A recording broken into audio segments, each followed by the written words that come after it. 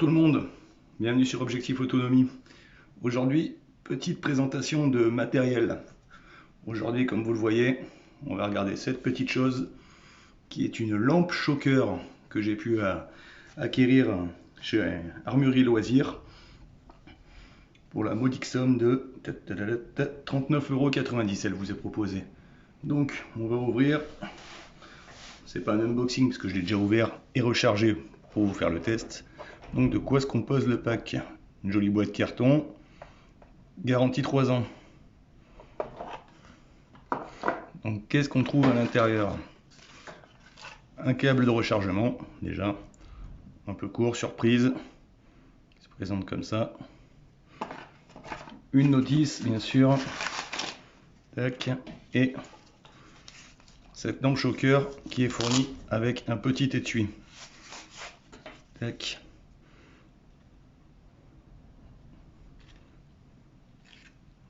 Avec des jolis petits picots. Donc, cette lampe choker est annoncée à 4 500 000 volts.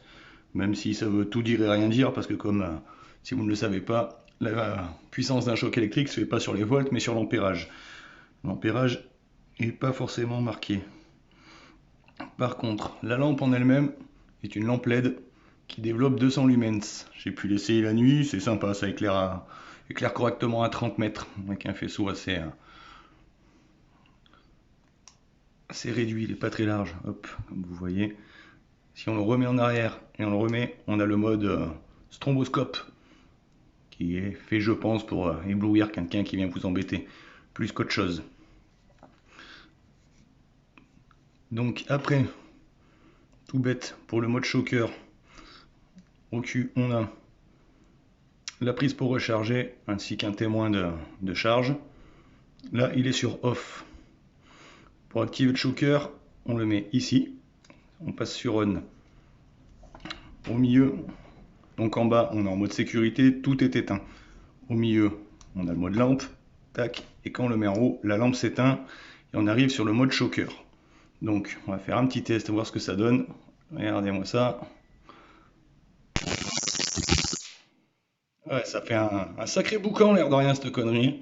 Après, je sais pas ce que ça peut donner sur quelqu'un. La notice indique que en 1 à 3 secondes, on choque la personne correctement et au-dessus de 5 secondes, elle est censée être immobilisée pour au moins 5 minutes. Donc vous vous doutez bien que je n'ai pas essayé cette chose et que je ne vais pas l'essayer en test non plus, car j'ai pas envie de l'essayer sur moi ni sur quelqu'un. Mais bon, vu ce que ça envoie, je veux bien vous croire. Je me refais un petit test, hop, en direct live. Voilà, quand même assez bruyant et dans tous les cas, même peut-être assez dissuasif pour ne pas avoir à choquer la personne. Vous baladez avec ça, ça peut faire son effet.